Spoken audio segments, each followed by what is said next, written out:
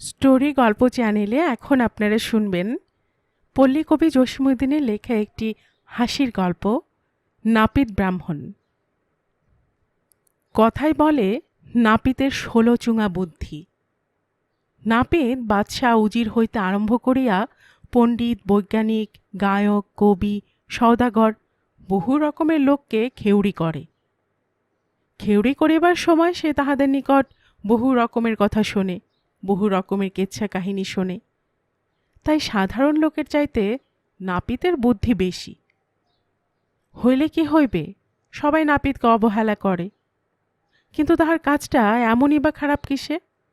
সে না থাকিলে দাড়ির জঙ্গলে সকলের মুখ ঢাকা থাকিত, কেউ কাহাকেও চিনিতে পারিত না। হাতের পায়ের নখ বড় হইয়া মানুষ বনের বাঘ ভালুকের মতো হইত। বামুন ঠাকুরের নাপিত চাকর। ঠাকুর মহাশয় শিষ্য বাড়িতে যায়, যজমান বাড়িতে যায়, এদেশে সে দেশে তার ঝুলি কাঁথা মাথায় করিয়া নাপিত সঙ্গে সঙ্গে যায়। এইভাবে চাকুরি করিয়া সে ঠাকুর মহাশয়ের পূজা আর্চা তন্ত্রমন্ত্র সবই শিখিয়া ফেলিল। কেহ কোনো অপরাধ করিলে তাহার প্রায়শ্চিত্তের কি কি বিধান দিতে হইবে, কোন দিন কোন মাসে কি খাইতে হইবে, সকলই সে জানিয়া ফেলিল। সে মনে মনে ভাবে, আমি কেন দেশে দেশে এই বামুন ঠাকুরের বোচকা কাঁথা মাথায় করিয়া ঘুরি? ইচ্ছে করিলে আমি তো বিদেশে যাইয়া লোকের পূজা আর্চা করিয়া বেশ 2 পয়সা উপার্জন করিতে পারি। বিদেশে কে কাহাকে চেনে? আমাকে চাকর বলিয়া সকলে তুচ্ছতাচ্ছিল্য করে, আর যখন জানিতে পারে আমি জাতিতে নাপিত, তখন আমাকে লইয়া কত ঠাট্টাই না করে। কিন্তু আমার বুদ্ধি আছে, এই বুদ্ধির জোরে আমি বিদেশে যাইয়া ব্রাহ্মণ হইয়া সকল জাতির সম্মান পাইব। সত্য সত্যই একদিন সে মাথা হইতে ঠাস করিয়া মাথার বোঝাটা নামাইয়া ঠাকুর মহাশয়কে বলিল, ঠাকুর মহাশয়, আপনার চাকরি আমি আর করিব না, এই রহিল আপনার গাট্টি বোচকা, আমাকে বিদায় দিন। ঠাকুর মহাশয় তো আকাশ হইতে পড়িলেন। কেন রে, তুই চাকরি করবি না কেন? নাপিত বলিল, আজ 3-4 বৎসর আপনার গাট্টি বোচকা মাথায় করিয়া দেশে দেশে ঘুরিতেছি। আপনি মাসে 8 টাকা মাত্র বেতন দেন, আমি এ চাকরি আর করিব না। কতদিনের বিশ্বাসী চাকর, কার ছাড়িতে প্রাণ চায়? ঠাকুর মহাশয় বলিলেন, আচ্ছা দেখ, তোর বেতন না হয় আরও 2 টাকা বাড়াইয়া দেব। 2 টাকার আর কি লোভ দেখান ঠাকুরমশাই? আপনি দেশে বিদেশে যেসব তন্ত্রমন্ত্র পড়িয়া পূজা আর্চা করেন, আমি তা সবই শিখিয়া ফেলিয়াছি। আমি নিজে এখন বামুন সাজিয়া দেশে দেশে গাওয়াল করিব। আপনার মতো আমিও বহু টাকা কামাই করিব। বিদেশে কে বামুন কে নাপিত আর কে খোঁজ রাখে? সত্য সত্যই নাপিত বামুনের চাকরি ছাড়িয়া গলায় একটি পৈতা ঝুলাইয়া একখানা পুরাণ নামাবলী গায়ে দিয়া এদেশ হইতে আরেক দেশে যাইয়া উপস্থিত হইল। সেখানে যাইয়া সামনে দেখে মস্ত এক গৃহস্থ বাড়ি। গৃহস্থ জাতিতে কায়স্থ। নাপিত তো জানেই কায়স্থদের ব্রাহ্মণ পণ্ডিতে খুব ভক্তি। তখন বেলা সন্ধ্যা হইয়াছে। বাড়ির সামনে যাইয়া বামুন বেশি নাপিত বলিল, দেখুন, আমি একজন বিদেশি ব্রাহ্মণ, আজিকার মতো আপনাদের এখানে থাকিতে চাই। গৃহস্থ লোকটি বড় ভালো, আবার ব্রাহ্মণের উপর তার বড়ই ভক্তি। সে বলিল, আপনি অনায়াসে আমার এখানে থাকুন, আপনি তো ব্রাহ্মণ, আমাদের রান্না খাইবেন না, আপনার রান্নার ব্যবস্থা করিয়া দিতেছি। বামুন বেশি নাপিত তার বোচকা বুচকি রাখিয়া বাহির বাড়িতে রান্না করিতে আরম্ভ করিল। এই বিদেশি লোকটিকে রান্না করিতে দেখিয়া পাড়ার যত ছোট ছোট ছেলে মেয়ে আসিয়া চারিপাশে ভিড় করিয়া দাঁড়াইল। এবারে বড় কর্তা, ও বাড়ির মেজ কর্তা, সে বাড়ির ন কর্তা, আরও অনেকে আসিল। ঠাকুর মহাশয় রান্না করে আর গায়ের লোকদের সঙ্গে এ কথা সে কথা আলাপ করে। তারপর বলে, দেখুন, আপনাদের গ্রামে এতগুলি ছোট ছোট ছেলে পেলে, এদের জন্য একটা ভালো টোল নাই।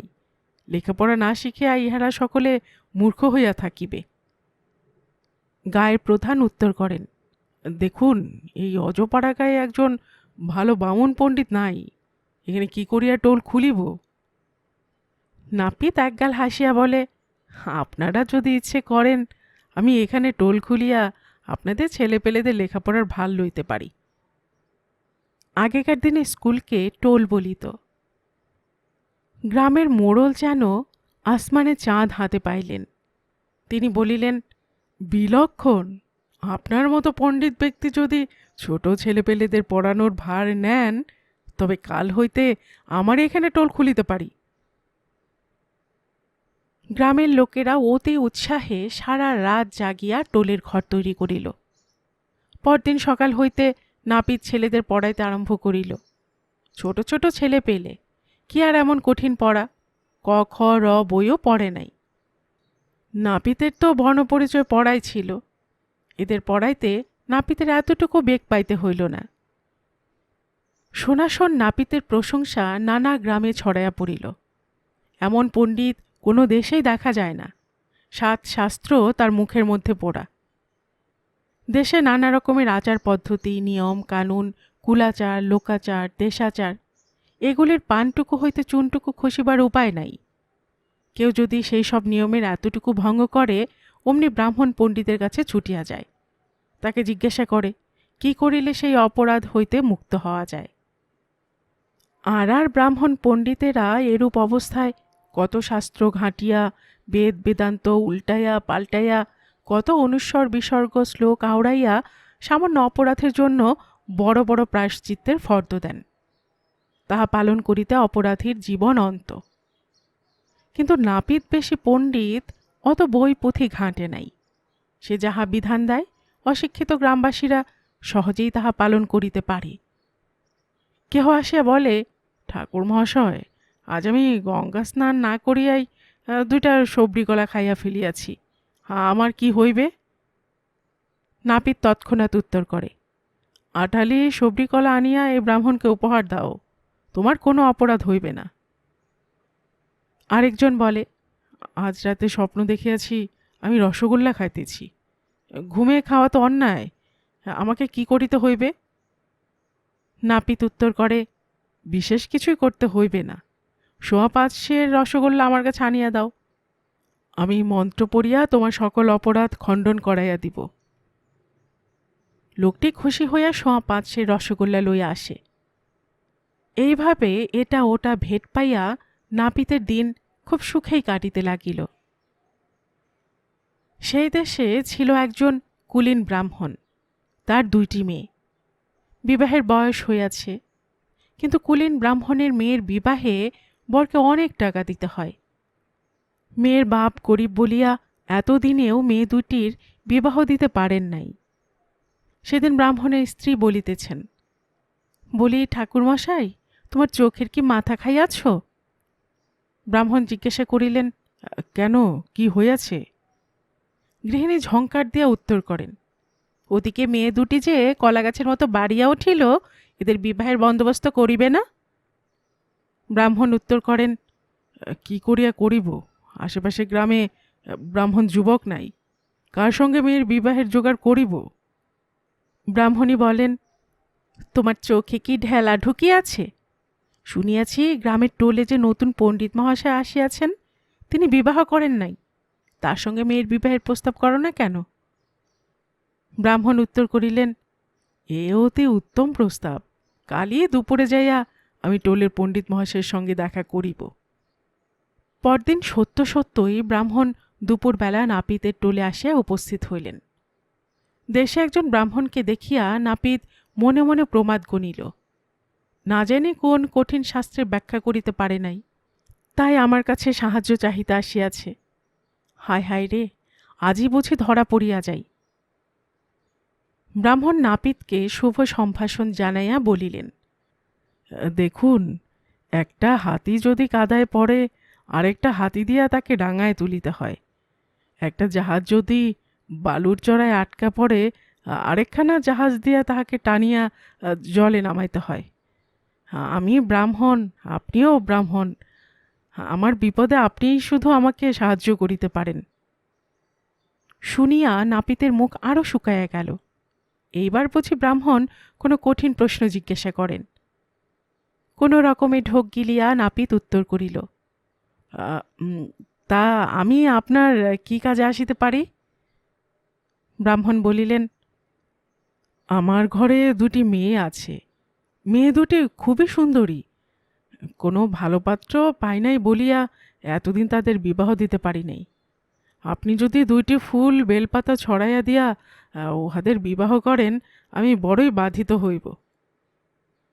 এ কথা শুনিয়া নাপিতের তো খুশিতে নাচিতে ইচ্ছা হইতেছিল, কিন্তু মনের কথা গোপন করিয়া বলিল, দেখুন, আমি তো জীবনে বিবাহ করিব না বলিয়াই ঠিক করিয়াছিলাম, কিন্তু আপনি গুরুজন যখন ধরিয়াছেন, কি করিয়া আপনার কথা অমান্য করি?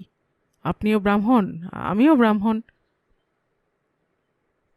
সুতরাং শুভ দিনে শুভক্ষণে ব্রাহ্মণের দুই মেয়ের সঙ্গে নাপিতের বিবাহ হইয়া গেল।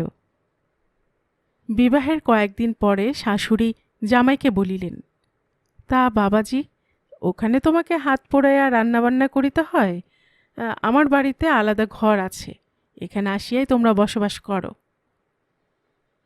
সেই হইতে নাপিত শ্বশুর বাড়িতে বাস করিতে লাগিল। শোনা এই কথা নাপিতের দেশে প্রচার হইয়া পড়িল। কি চাই, অমুক গ্রামে যাইয়া হরু নাপিত ব্রাহ্মণের ভেল ধরিয়া বেশ সুখে স্বাচ্ছন্দ্যে 2 পয়সা উপার্জন করিতেছে। নিমাই দত্ত নামে একটি লোক মনে মনে ভাবিল, আচ্ছা, হরু নাপিত যদি অন্য দেশে যাইয়া বামুন সাজিয়া উপার্জন করিতে পারে, আমি কায়স্থের ছেলে হইয়া কেন পারিব না? একটা পৈতা কানে জড়াইয়া সেও বিদেশে যাইয়া পাড়ায় পাড়ায় লোকের ভাগ্য গণনা করিয়া বেশ 2 পয়সা উপার্জন করিতে লাগিল। এইভাবে এদেশে সেদেশে ঘুরিতে ঘুরিতে সেই নাপিতের সঙ্গে তাহার দেখা হইয়া গেল। কিরে হরে নাপতে, কি খবর? নাপিত তাড়াতাড়ি যাইয়া 2 হাতে তাহার মুখ চাপিয়া ধরিল। সর্বনাশ, আর ও কথা কহিবেন না। আমি এই দেশে বামুন বলিয়া পরিচয় দিয়া এক বামুনের 2 মেয়ে বিবাহ করিয়াছি।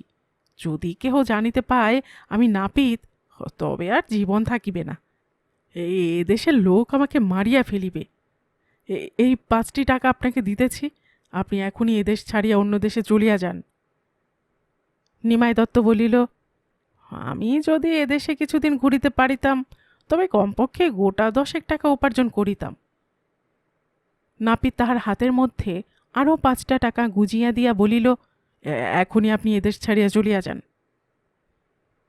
টাকা পাইয়া নিমাই দত্ত উত্তর করিল, সে কি আর বলিতে, আমি এক্ষুনি চলিয়া যাইতেছি।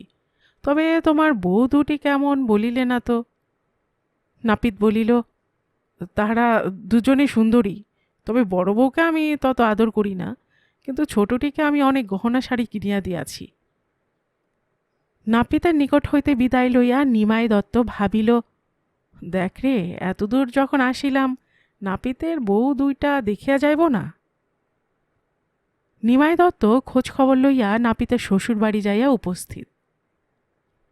মা ঠাকুরনরা, আপনারা গোনাপড়া করাইবেন? কথা শুনিবা মাত্র বাড়ির ছেলে মেয়ে জোয়ান বুড়ো সকলে মিলিয়া মৌমাছির চাকের মতো নিমাই দত্তকে ঘিরিয়া দাঁড়াইল। এ বলে আমার হাত আগে দেখো, ও বলে আমার হাত আগে দেখো। নিমাই দত্ত উপস্থিত সকলের হাত দেখে আর মনে মনে চিন্তা করে, নাপিতের বউ কোন 2টি? নাপিত আগেই বলিয়া দিয়াছিল, তাহারা 2জনেই দেখিতে খুব সুন্দরী। বড় বোনের চাইতে ছোট বোনকে সে গহনা দিয়াছে বেশি, আর তাহারা যখন ওর বোন, তখন দেখিতে কতকটা একই রকম হইবে। নিমাই দত্ত সকলের ভাগ্য গণনা করে আর উপস্থিত মেয়েদের দিকে যায়। হঠাৎ সে দেখিতে পাইল 2টি মেয়ে একই রকমের দেখিতে, আর বড়জনের গায়ে তেমন অলঙ্কার পত্র নাই, ছোটজনের গায়ে অষ্ট অলঙ্কার ঝলমল করিতেছে। তখন নিমাই দত্ত বড় মেয়েটির দিকে চাহিয়া বলিল, আহা, এই মেয়েটি সতীনের ঘরে পড়িয়াছে রে, সতীনের ঘরে পড়িয়াছে। এ তো সত্য কথাই, সকলে তাজ্জব বনিল। নিমাই দত্ত আবার বলিল, এই মেয়েটি সতীন আবার তার নিজের বোন। আহা, মেয়েটি স্বামী আবার তাকে ভালোবাসেন না। ইহাও তো পাড়ার লোকেরা জানে। তাহারা আরও তাজ্জব হইল। বড় জবরদস্ত গণক ঠাকুর, হাত না দেখিয়াই গণাপড়া করিতে পারে। শত হইলেও মায়ের প্রাণ। নাপিতের শাশুড়ি মেয়েটির হাত ধরিয়া আনিয়া গণক ঠাকুরের সামনে দাঁড়াইল। বাবা, দেখুন তো কি হইলে জামাইয়ের মন আমার মেয়েটির উপর পড়িবে। নিমাই দত্ত অনেকক্ষণ ধ্যান করিয়া থাকিয়া বলিল, আমি এই মেয়েটিকে একটি মন্ত্র গোপনে বলিয়া দিয়া যাইব। সেই মন্ত্র পড়িলেই জামাইয়ের মন এই মেয়েটির প্রতি প্রসন্ন হইবে, কিন্তু সেজন্য আমাকে 5 শিকার পয়সা দিতে হইবে। মেয়ের মা তৎক্ষণাৎ গণক ঠাকুরকে 5 শিকার পয়সা আনিয়া দিল। তখন সে মেয়েটিকে আড়ালে ডাকিয়া লইয়া একটা মন্ত্র শিখাইয়া দিল, আর বলিল, তোমার স্বামী আজ যখন বাড়ি আসিবে তখন যেমন করিয়া হোক তাহাকে রাগাইয়া দিবে। রাগ করিয়া সে যখন তোমাকে মারিতে আসিবে তখন নাপিত যেমন এক হাতের তেলের ওপর খুঁট ধরিয়া ধার দেয়, তাহার অনুকরণ করিয়া এক হাতের তেলের ওপর অপর হাত ঘষিবে আর এই মন্ত্র পড়িবে। দেখিবে তোমার স্বামীর রাগ জল হইয়া যাইবে, সে তোমার দাসানুদাস হইবে। এই কথা বলিয়া নিমাই দত্ত চলিয়া গেল। প্রতিদিন নাপিতের বাড়িতে বড় বউই রান্নাবান্না করে, ছোট বউ বাবু হইয়া বসিয়া থাকে। বিকেলবেলা আজ আর প্রতিদিনের মতো বড় বউ রান্নাবান্না করিতে যায় না। ছোট বউ বলে, দিদি আজ যে বড় বসিয়া রহিলে, বেলা যে পড়িয়া গেল, রান্না করিতে যাইবে না? বড় বউ ছোট বউর মুখে একটা ঠোকনা দিয়া বলিল, বলি পোড়ার মুখী, রোজ আমি রান্না করি আর তুমি বিবি হইয়া বসিয়া থাকো, আজ তুমি যাই রান্না করো। এই বলিয়া ছোট বউয়ের মুখে সে আর একটা ঠোকনা দিল। একে তো নাপিতের বড় আদরের বউ, তার উপরে এমনই কড়া কড়া কথা। ছোট বউ রাগে ফুলিতে ফুলিতে মাটিতে গড়াইয়া পড়িল।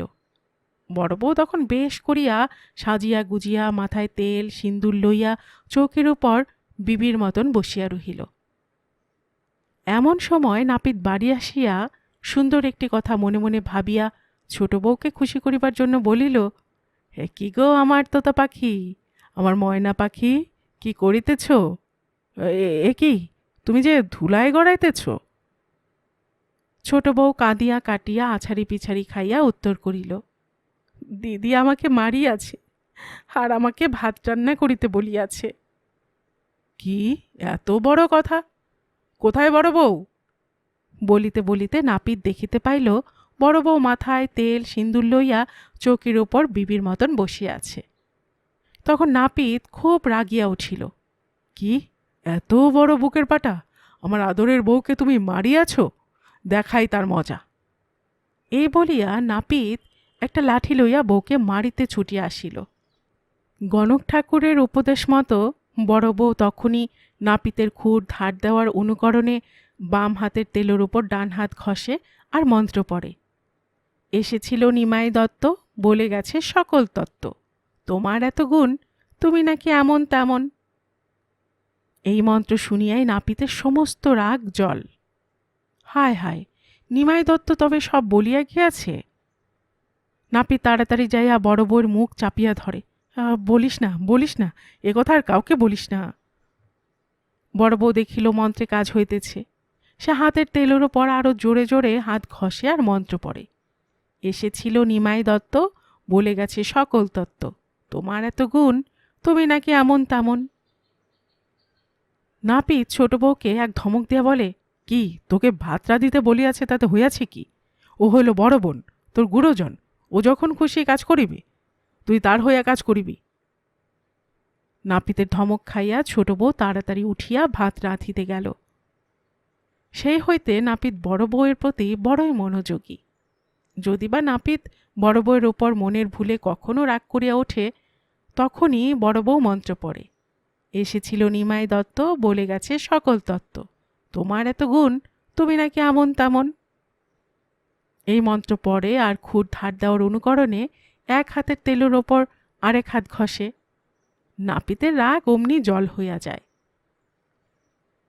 স্টোরি গল্প চ্যানেলে এতক্ষণ আপনারা শুনছিলেন পল্লীকবি জসীমউদ্দিনের লেখা একটি হাসির গল্প, নাপিত ব্রাহ্মণ।